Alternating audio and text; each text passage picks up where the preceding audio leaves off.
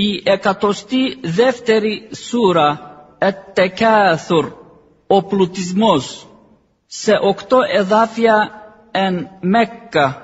Bismillahirrahmanirrahim. Στο όνομα του Allah, του Παντελεήμονα, του Πολυεύσπλαχνου. Alhaakumut takathur. Σας απασχόλησε από τη λατρεία του Allah ο πόθος για την αύξηση του πλούτου σε αυτόν τον κόσμο. Hatta zurtumul maqabir. Μέχρις ότου επισκεφθείτε τα νεκροταφεία. Kalla sawfa ta'lamun. Όχι, θα μάθετε την πραγματικότητα.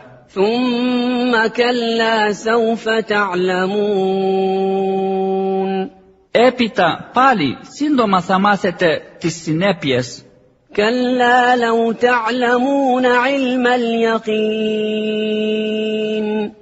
Αλίμονο αν γνωρίζατε με προσωπική βεβαιότητα την αλήθεια. لَتَرَوُنَّ الْجَحِيمَ. Σίγουρα θα αντικρίζατε τη φωτιά της κόλασης. ثُمَّ لَتَرَوُنَّهَا عَيْنَ الْيَقِينِ.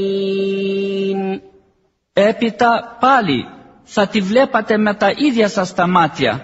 ثُمَّ لَتُسْأَلُنَّ يَوْمَئِذٍ عَنِ النَّعِيمِ. Και έπειτα είναι που θα ρωτηθείτε κατά τη μέρα αυτή για τις τέρψεις που απολαμβάνετε.